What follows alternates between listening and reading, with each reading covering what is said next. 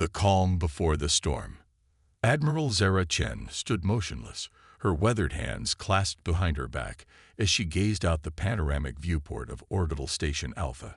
The vast shipyard stretched before her, a testament to humanity's ingenuity and determination.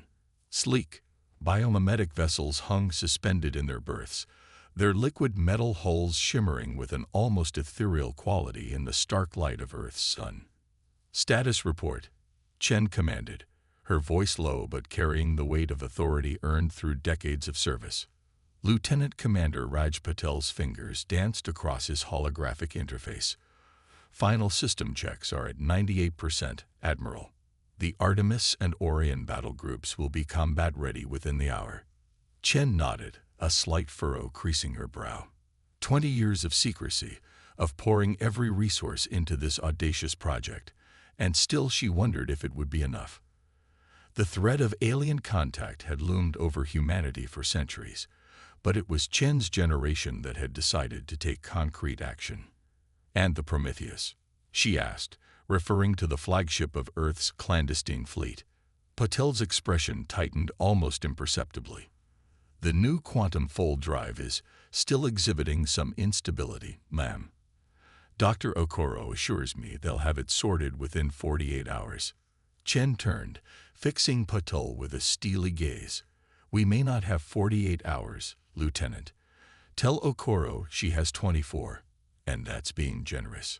"Yes, Patel's response was cut short by a shrill alarm. Red warning lights bathed the command center in an ominous glow. "Report," Chen barked, striding to the central holotable. A young ensign's voice quavered as she responded, long-range sensors detecting multiple objects entering the solar system. "Admiral, size and speed suggest they're not natural phenomena." Chen's heart raced, but years of training kept her voice steady. "Initiate silent running protocols across all stations and vessels, and get me the Security Council. Now." 15 minutes later, the leaders of Earth's united government materialized around the holotable, their avatars flickering slightly due to the necessary encryption. "This had better be good, Admiral," growled the gruff hologram of General Zhang. "You've pulled us out of some rather delicate negotiations." Chen wasted no time on pleasantries. "Approximately 17 minutes ago, our deep space array detected multiple objects entering the solar system at speeds indicating faster than light travel." She paused, letting the implications sink in. "Ladies and gentlemen, first contact is no longer theoretical. It's happening." A stunned silence fell over the group, broken only by the soft beeping of consoles. President Amari of the African Union was the first to recover. "Are we certain these are artificial constructs? Could it be some sort of cosmic phenomenon we haven't encountered before? The objects are maintaining perfect formation and have adjusted course twice to compensate for the gravitational influences of Jupiter and Saturn," Chen explained. "There's no doubt we're dealing with an alien armada." Secretary General Yoshida's hologram flickered as he leaned forward. "What's their estimated time of arrival?" Chen's jaw tightened. "At their current velocity, they'll reach Earth orbit in approximately 6 hours. The room erupted into a cacophony of overlapping voices, each leader trying to assert their opinion on the unprecedented crisis. Chen remained silent, her eyes fixed on the holographic representation of the approaching fleet. Silence. President Rodriguez of the Americas slammed her fist down, her avatar shimmering with the simulated impact. "Bickering amongst ourselves solves nothing. Admiral Chen, what are our options?" Chen took a deep breath. This was the moment she had prepared for her entire career. "We have two choices. We can reveal our fleet and attempt to open diplomatic channels from a position of strength, or we can maintain our facade of being a pre-spaceflight civilization and hope for peaceful first contact." General Zhang scoffed. "And if their intentions are hostile, we'd be throwing away our only advantage." "And if they're peaceful," countered President Amari, "revealing an armada of warships could provoke a conflict we might otherwise avoid." The debate raged on, minutes ticking by as humanity's fate hung in the balance.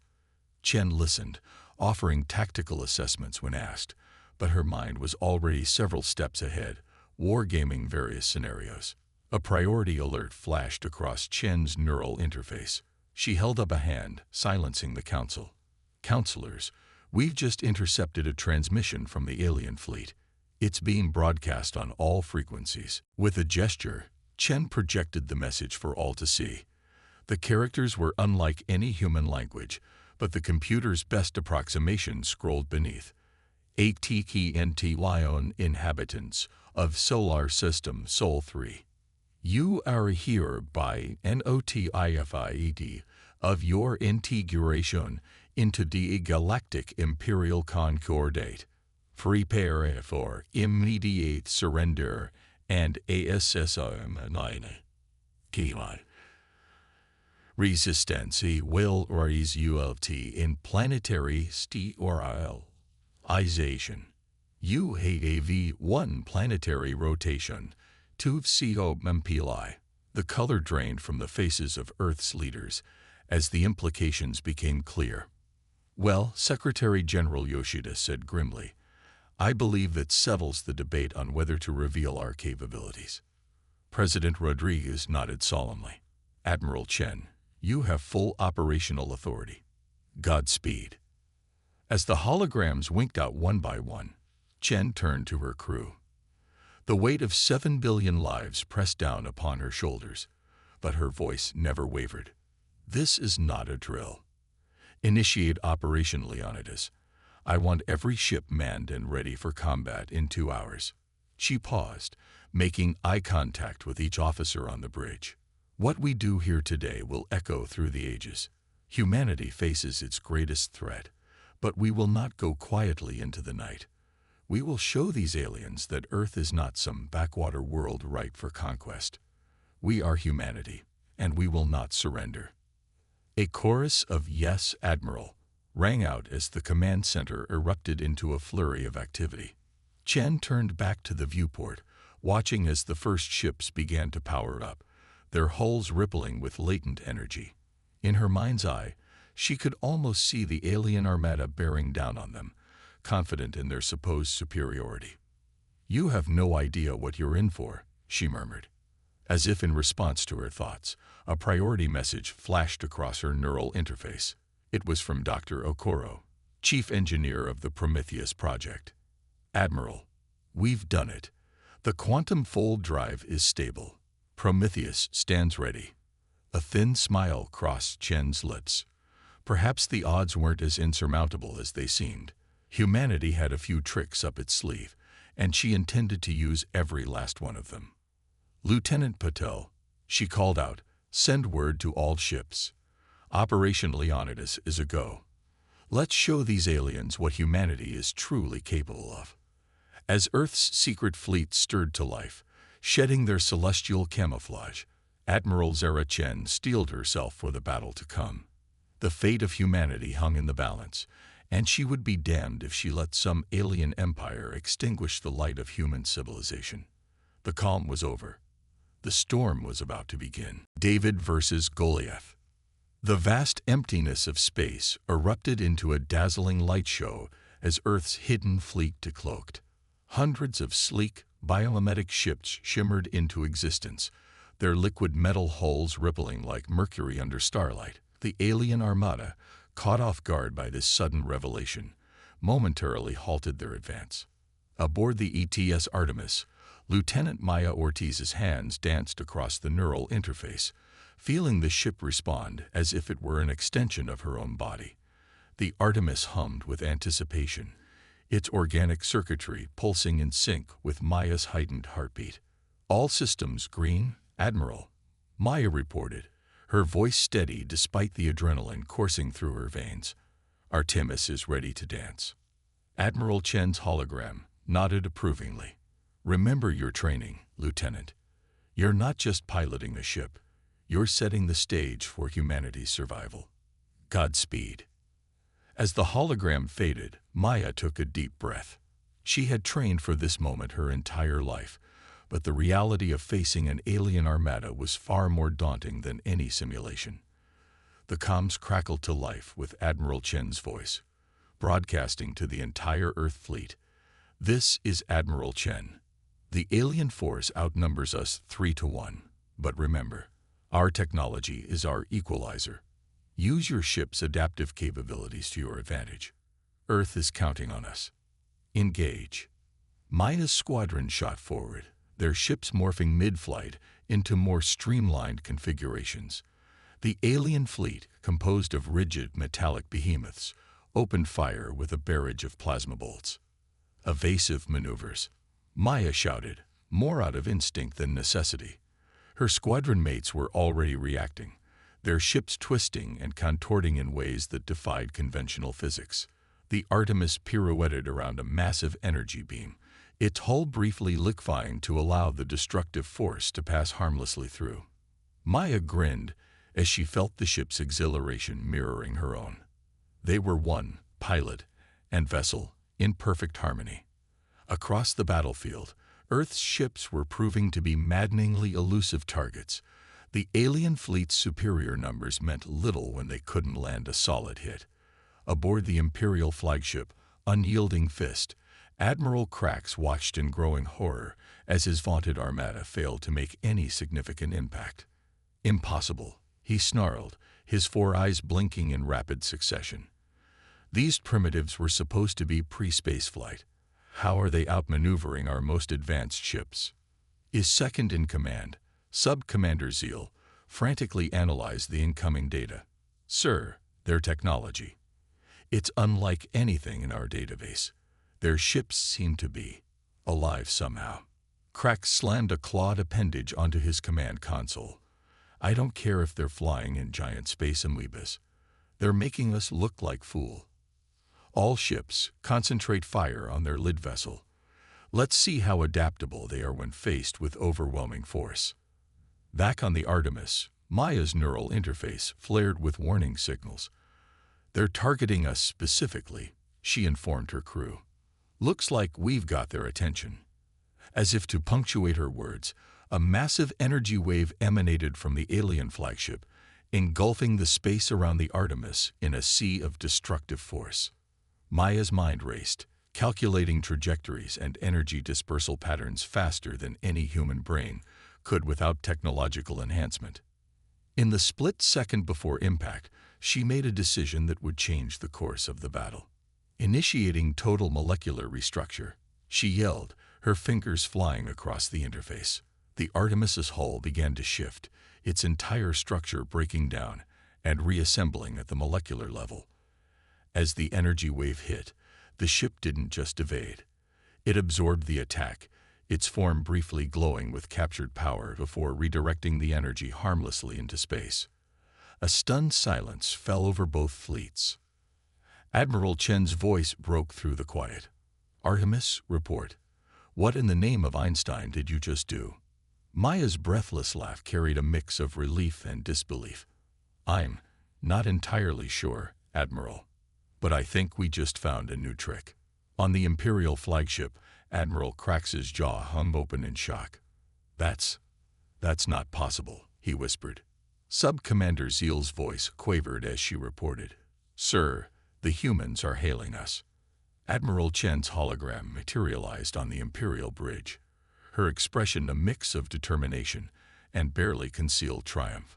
This is Admiral Zara Chen of Earth's Defense Force. I believe we've demonstrated that your assumptions about our capabilities were flawed. I suggest you reconsider your position on our integration into your empire. Krax's natural bravado reasserted itself. Parlor tricks and lucky evasions don't win wars, human. We still outnumber you significantly. Surrender now, and we may consider allowing your species to survive as a protectorate. Chen's hologram smiled thinly. I was hoping you'd say something like that. You see, Admiral, what you've witnessed so far is just the tip of the iceberg. She paused, letting the alien translator grapple with the Earth idiom. Maya, if you would be so kind as to demonstrate our latest breakthrough. Back on the Artemis, Maya's eyes widened. Admiral, are you sure? The fold drive hasn't been tested in combat conditions. No time like the present. Lieutenant. Show them what humanity is truly capable of." Maya nodded, her jaw set with determination. She interfaced directly with the Artemis's quantum fold drive, feeling the fabric of space-time bend around the ship. In an instant, the Artemis vanished from its position in front of the alien armada. Before Krax could even process what had happened, the Earth vessel reappeared directly above the Imperial flagship, so close that the aliens could see Maya's determined face through the Artemis's viewports. "Impossible," Krax breathed, all four of his hearts pounding in terror. Maya's voice rang out across all communication channels, a mix of pride and warning. "This is Lieutenant Maya Ortiz of the Earth Treaty Ship Artemis. We call this little maneuver a quantum fold jump. Your weapons can't hit what isn't there. And we can be anywhere. And everywhere." As if to demonstrate her point, the Artemis blinked out of existence again, reappearing seconds later in the midst of the alien fleet's rear guard. Chaos erupted as the massive ships tried to evade, crashing into each other in their panic. Admiral Chen's hologram reappeared on the Imperial bridge. "Now then, shall we discuss terms? Or would you prefer we demonstrate more of our parlor tricks?" Krax slumped in his command chair, the fight draining out of him. In a matter of minutes, these humans had shattered every preconception about their species, turning what should have been a simple subjugation into a humiliating defeat. We will withdraw," Krax managed, his voice barely above a whisper. Chen nodded solemnly. "A wise decision, Admiral. But know this, we will be watching. Earth is off limits, as is any other species in this sector seeking our protection. Spread the word to your empire. Humanity is not to be trifled with." As the alien fleet began their retreat, Maya guided the Artemis back to formation with the Earth Armada. The neural interface hummed with the excitement and pride of her crew, matching her own elation. Admiral Chen's voice came through once more, this time addressing the entire human fleet. "Well done, all of you. Today, we've not only defended our home, but changed the course of galactic history. Earth stands tall among the stars." Maya looked out at the vast expanse of space, now devoid of alien ships. They had faced their first extraterrestrial threat and emerged victorious. But she knew this was only the beginning. Humanity had announced its presence to the galaxy in spectacular fashion, and the repercussions would echo across the cosmos. As the fleet began its return to Earth, Maya couldn't help but smile. Whatever challenges lay ahead, she was certain of one thing: humanity was ready to face them head-on. Trojan Horse Gambit. The celebration aboard Earth's orbital stations was short-lived. Despite their victory, Admiral Chen knew the alien threat was far from over. The Galactic Imperial Concordat would not take this defeat lightly, and Earth needed to press its advantage, while it still had the element of surprise. In a secure briefing room aboard the ETS Prometheus, Chen addressed her top officers. "Ladies and gentlemen, we've won the battle, but the war is just beginning.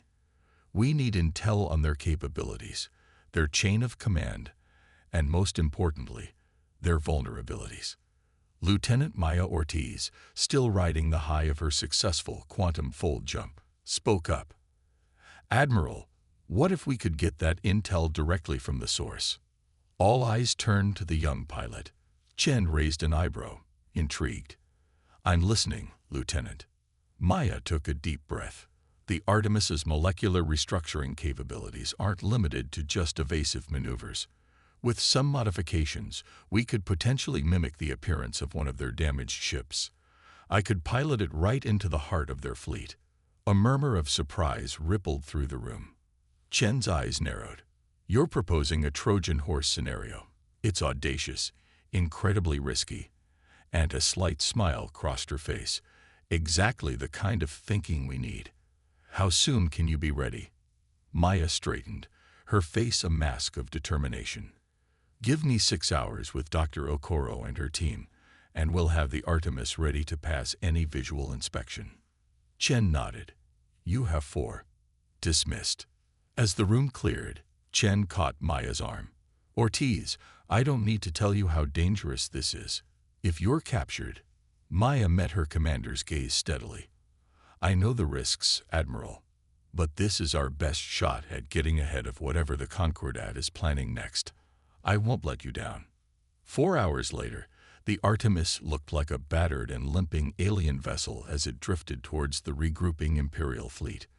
Maya's heart raced as she guided the ship through a field of debris, the remnants of the recent battle. Artemis, this is Control. Dr. Okoro's voice came through the secure channel. Final system, check complete. The biomimetic camouflage is holding steady. Remember, the disguise is only skin deep. Any detailed scans will reveal your true nature. Maya acknowledged the warning. Her plan relied on the assumption that the aliens would be too preoccupied with licking their wounds to look too closely at one more damaged ship. As the Artemis approached the outer perimeter of the alien fleet, Maya tensed. This was the moment of truth.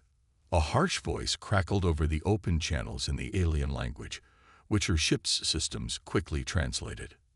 Unidentified vessel, state your designation and purpose.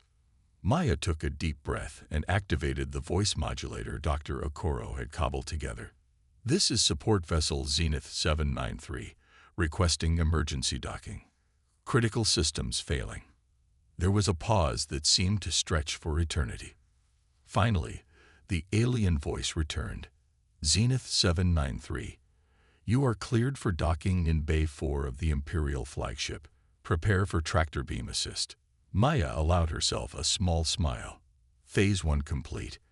As the disguised Artemis was drawn into the massive alien ship, she activated her neural interface, linking directly with the ship's systems. Every sensor was on high alert, recording and analyzing every scrap of data they could gather. The docking bay was a hive of activity, with alien crews rushing to repair damaged vessels. Maya guided her ship to an empty berth, the Artemis' adaptive hull mimicking the expected damage perfectly. As the docking clamps engaged, she took a steadying breath. Now for the hard part. Using the Artemis' advanced sensor suite, Maya created a detailed three-dimensional map of the flagship's interior. She identified what appeared to be the main computer core, her primary target. But reaching it would require leaving the relative safety of her ship. Well, she muttered to herself, no one said this would be easy. Maya activated the Artemis' most closely guarded secret, a personal biomimetic suit that would allow her to take on the appearance of one of the alien crew. As the liquid metal flowed over her body, reshaping her form, Maya couldn't help but marvel at the technology. Humanity had come so far in such a short time, driven by the fear of this very moment. Disguised as an alien engineer, Maya slipped out of the Artemis and into the organized chaos of the docking bay. Her neural implants worked overtime, processing the alien language and customs in real time, allowing her to blend in seamlessly. As she made her way deeper into the ship, Maya's mind raced. The alien technology, while advanced, wasn't as far beyond Earth's capabilities as she had feared. In fact, in many ways, humanity's biomimetic tech seems superior. Finally, after several tense encounters with alien crew members, Maya reached the computer core. Her fingers, disguised as alien appendages, but still linked to her neural interface, danced across the alien console. The encryption was formidable, but Maya had an ace up her sleeve. Back on Earth, Dr. Okoro and her team had theorized that the aliens' digital systems might be vulnerable to quantum entanglement hacking, a technique Earth had only recently perfected. Maya activated the quantum processor, hidden within her biomimetic suit, and watched in amazement as the alien firewalls crumbled. Data flooded into her neural interface, ship schematics, weapons capabilities, star charts, and most crucially, details of the Galactic Imperial Concordat's command structure and near-future plans. Maya's eyes widened as she realized the true scale of the threat they faced. The attack on Earth had been just the tip of the iceberg. Suddenly, alarms blared throughout the ship. Maya's heart leaped into her throat as she realized she had tripped some hidden security measure. Intruder alert. Unknown entity detected in computer core. All security personnel report to Level 7 immediately. Maya cursed under her breath. Her cover was blown, but she couldn't leave yet. The data transfer wasn't complete. She had to buy more time. In desperation, Maya reached out with her neural interface, not just to the computer core, but to the ship's systems themselves. To her shock, she felt the alien technology respond, recognizing the biomimetic signals as something akin to its own operating protocols. An idea formed in Maya's mind. Audacious, potentially suicidal, but possibly their only chance. She began to rewrite the flagship's base code, using the same principles that allowed the Artemis to reconfigure itself. The effect was immediate and dramatic. Throughout the ship, systems began to malfunction. Gravity plating flickered on and off, blast doors opened and closed randomly, and the life support systems began cycling through different atmospheric compositions. In the ensuing chaos, Maya made her escape. Alarms blared and confused aliens ran in every direction as she sprinted back to the Artemis, the precious stolen data secure in her neural storage. As Maya reached the docking bay, she saw her ship, still in its alien disguise, surrounded by suspicious-looking guards. There was no way to reach it undetected. Time for one last gambit. Maya reached out with her neural interface, connecting to the Artemis across the docking bay. She felt the ship respond, its systems linking with her biomimetic suit. And then, in a maneuver that would have been impossible with any conventional vessel, Maya triggered a partial quantum fold jump. The Artemis didn't disappear entirely. That would have been catastrophic within the confined space of the docking bay. Instead, it seemed to ripple and shift, briefly occupying multiple spaces at once. In the split second of confusion that followed, the ship's docking clamps disengaged, and it zipped across the bay to Maya's position. Without breaking stride, Maya leaped through the rippling hull of the Artemis, the biomimetic materials of ship and suit recognizing each other and allowing her passage. The moment she was aboard, the Artemis rocketed out of the docking bay, shifting back to its true form as it emerged into open space. Artemis to Earth control. Maya gasped as she slid into the pilot's seat, her alien disguise melting away. Mission accomplished. But we're going to have company real soon. Initiating quantum fold jump in 3, 2, 1. The Artemis vanished just as the first waves of Imperial fighters emerged from the flagship's launch bays. By the time Admiral Krax realized what had happened, the human vessel was long gone, carrying with it the secrets that would change the course of the coming war. As the Artemis reappeared in Earth orbit, Maya allowed herself a moment of relief. They had pulled off the impossible. But as the adrenaline faded, the weight of what she had learned settled heavily upon her. The real battle was just beginning, and Earth would need every advantage it could get. With grim determination, Maya set course for Orbital Station Alpha. It was time to deliver her report to Admiral Chen and prepare humanity for the storm that was coming. The tables turn. The atmosphere in Earth's United Defense Council chamber was electric. Admiral Zara Chen stood at the center, her holographic form projected to leaders around the globe. The intelligence lieutenant Maya Ortiz had retrieved from the alien flagship was displayed in intricate holograms, painting a grim picture of the Galactic Imperial Concordat's true might. Ladies and gentlemen, Chen began, her voice grave. What you're seeing is the extent of the Concordat's empire. They control over 1,000 star systems, with hundreds of subjugated species. Their attack on Earth wasn't just about adding another world to their collection. It was a strategic move to secure this entire sector of the galaxy. President Rodriguez leaned forward, her brow furrowed. Then why send such a small fleet? Surely they could have overwhelmed us with sheer numbers. Chen's expression hardened. Because they didn't think they needed to.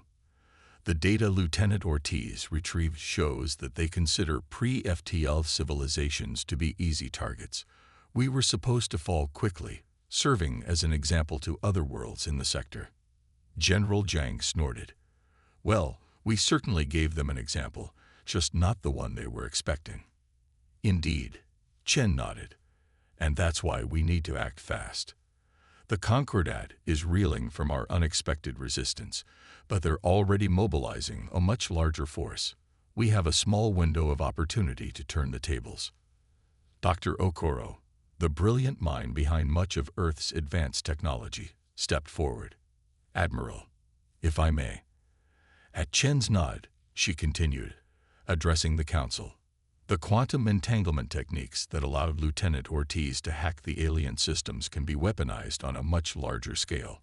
We believe we can use it to temporarily disable entire fleets. A murmur of excitement rippled through the chamber.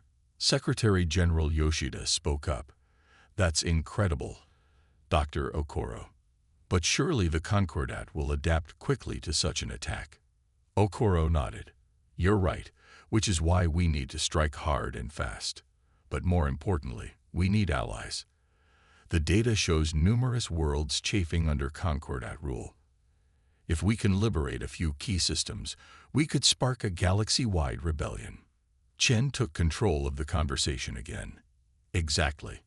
That's why I'm proposing Operation Lighthouse.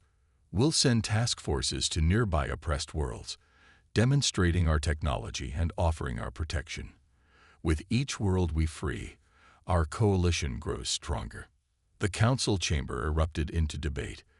The risks were enormous, but the potential payoff was even greater. After hours of discussion, a consensus was reached. Operation Lighthouse was a go. 3 weeks later, Lieutenant Maya Ortiz found herself back in the pilot's seat of the Artemis, leading a task force of Earth's most advanced ships towards the Proxima Centauri system. Intelligence suggested it was home to a species called the Centaurians, whose subjugation by the Concordat was still fresh and bitter. As they dropped out of quantum fold space near Proxima Centauri, Maya's sensors lit up with warnings. A Concordat battle group was in orbit, their weapons already charging. Artemis to task force, Maya called out, her voice steady despite the adrenaline coursing through her veins. Initiate Operation Floodlight. Let's show them what we can do. The Earth ships sprang into action, their liquid metal hulls morphing into configurations optimized for both offense and defense. Maya led the charge, the Artemis executing a series of quantum microjumps that left afterimages in its wake, confusing the enemy targeting systems. But the real shock came when the Earth fleet unleashed its secret weapon.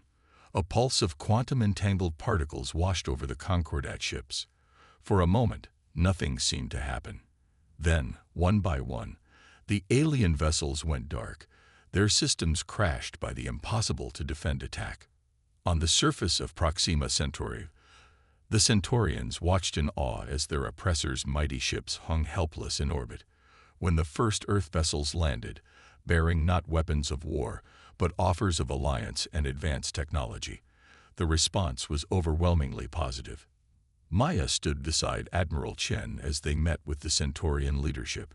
The alien beings, tall and willowy with iridescent skin, regarded the humans with a mixture of hope and wariness. We've seen empires rise and fall, the Centaurian Prime spoke, their melodious voice translated by Earth's advanced AI. What makes your offer of alliance any different from the Concordat's false promises? Chen stepped forward, her posture open and sincere. We don't seek to rule you, but to stand beside you. Earth knows what it means to face annihilation. We offer you the means to defend yourselves, to reclaim your sovereignty. All we ask in return is friendship and cooperation in the face of a common enemy. To demonstrate their goodwill, Dr. Okoro unveiled the crown jewel of Earth's technological achievements, a portable terraforming device. Within hours, a barren section of the Centaurian homeworld was transformed into a lush oasis, teeming with plant life engineered to thrive in the alien environment. The Centaurians were awestruck. This changes everything, the Prime spoke whispered. With this technology, we could reclaim worlds we thought lost forever. As news of Earth's victory at Proxima Centauri spread, carried by quantum-entangled communications that the Concordat couldn't intercept, the galaxy began to stir. Worlds that had long resigned themselves to imperial rule dared to hope again. The Concordat's response was swift and brutal. They dispatched their largest fleet yet, determined to crush the human upstarts and make an example of Earth. But they were unprepared for what they found. As the Imperial Armada approached the Sol system, they were met not just by Earth's forces, but by a coalition fleet. Ships of various designs and origins fought alongside the biomimetic vessels of humanity. At the forefront was the Artemis, now upgraded with technology that blended the best of human innovation with insights gained from their new allies. Maya's voice rang out across the coalition communications. Remember, we're not just fighting for Earth anymore. We're fighting for every species that's ever been bullied, subjugated, or exploited by the Concordat. Today, we show the galaxy that unity is stronger than tyranny. The battle that followed would be remembered for centuries as a turning point in galactic history. Earth's quantum entanglement weapons, combined with the diverse technologies of their allies, wreaked havoc on the Imperial fleet. Ships that had once inspired terror across the galaxy found themselves outmaneuvered and overpowered. Admiral Krax, watching from the bridge of his flagship as his forces were decimated, finally understood the magnitude of his error. These humans weren't just another species to be conquered. They were a catalyst, a force that had upset the balance of power that had held for millennia. As the last of the Imperial ships fled or surrendered, cheers erupted across the coalition fleet. On the Artemis, Maya allowed herself a moment of pure joy. They had done it. Earth had not only survived its baptism by fire, but had emerged as a beacon of hope for the galaxy.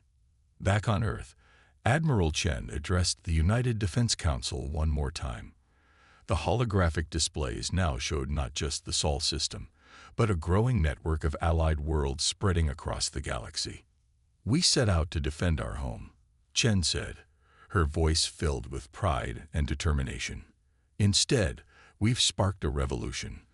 The Concordat's empire is crumbling, and in its place, a new galactic community is forming, one built on mutual respect and cooperation." She paused, looking each council member in the eye. "But our work is far from over. The Concordat still controls vast regions of space. There are countless worlds yet to be freed, species yet to be allied with. Earth is no longer fighting for its survival. We're fighting for the soul of the galaxy itself."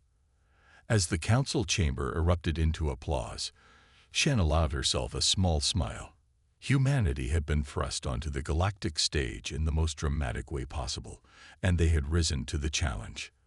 The future was uncertain, filled with both promise and peril. But one thing was clear: the age of Earth's isolation was over. A new era of galactic history had begun, and humanity was at its heart. The tables had turned, and the stars themselves seemed to shine a little brighter for a new dawn for the galaxy. The Grand Assembly Hall of the newly constructed Galactic Concord Station hummed with anticipation. Floating in neutral space at the intersection of several major trade routes, the station was a marvel of cooperative engineering, blending the best technologies from dozens of species. At its heart was the assembly chamber, where representatives from hundreds of worlds gathered for this historic moment. Admiral Zara Chen, now serving as Earth's primary diplomat, stood at the central podium. Around her, holographic displays showed the faces of countless alien species, some humanoid, others wildly divergent from Earth's life forms.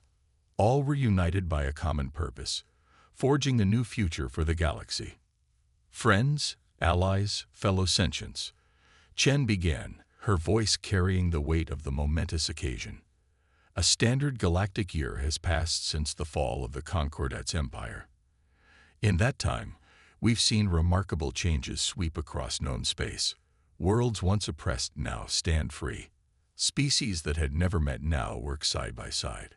We gather here today not to celebrate past victories, but to ensure they were not in vain. As Chen spoke, Lieutenant, now Captain, Maya Ortiz watched from her position near the Earth delegation. The young officer had become something of a legend in the past year, her exploits during the war making her a symbol of human ingenuity and bravery. But today, she felt the weight of a different kind of responsibility. Chen continued, "The galactic concord we established today is founded on principles of mutual respect, shared progress, and collective defense. No longer will any one species or empire dictate the fate of others. Together, we will face the challenges that lie ahead, be they natural disasters, cosmic phenomena, or threats yet unknown." A murmur of approval rippled through the assembly. Chen nodded to Dr. Okoro, who stepped forward with a holographic projector. "To demonstrate Earth's commitment to this new era, we wish to share our most ambitious project yet." The projector flared to life, displaying a massive structure surrounding a star. Gasps of awe echoed through the chamber as alien representatives recognized the implications. "A Dyson swarm," Dr. Okoro explained, her voice filled with pride, "capable of harnessing the entire energy output of a star. But more than that, it's a platform for sciences we've only begun to imagine. With this technology, we could provide clean, unlimited energy to every world in the Concord. We could terraform barren planets, neutralize dangerous stellar phenomena, perhaps even create gateways to other galaxies." The assembly erupted into excited discussion. The implications were staggering. Chen raised a hand, calling for quiet. "We offer this technology freely to the Concord. Let it serve as the foundation for a new age of galactic cooperation and discovery." As the delegates debated the ramifications of this gift, Maya found her mind drifting to the challenges that still lay ahead. The remnants of the Concordat, though greatly diminished, still clung to power in distant sectors. There were rumors of other interstellar empires beyond known space, some potentially as vast and oppressive as the Concordat had been. Her musings were interrupted as a commotion broke out near the rear of the chamber. A group of delegates was clustered around a late arrival, a representative from a species that had, until now, refused all invitations to join the Concord. The alien pushed its way to the front, its crystalline body refracting light in mesmerizing patterns. When it spoke, its voice resonated through the chamber like the chiming of bells. "I am Zixtal, of the Prismatic Collective," the being announced. "We have watched your alliance with great interest. For eons, we isolated ourselves, fearing the chaos of interspecies contact. But your actions have intrigued us. We wish to share our own gift with the Concord." With a gesture, Zixtal projected an image of its own, a network of shimmering threads connecting distant points of light. "Our species has mastered the art of quantum entanglement on a galactic scale. We offer to connect all Concord worlds with instant, unhackable communication. Distance will no longer be a barrier between us." The implications were enormous. With Earth's energy technology and the Prismatic Collective's communication network, the Galactic Concord could become a true unified force in the universe. As the assembly buzzed with excitement, Maya felt a tap on her shoulder. She turned to find Admiral Chen, beckoning her to a private conference room off the main chamber. Inside, she found not only Chen but also leaders from several other species, including Zixtal.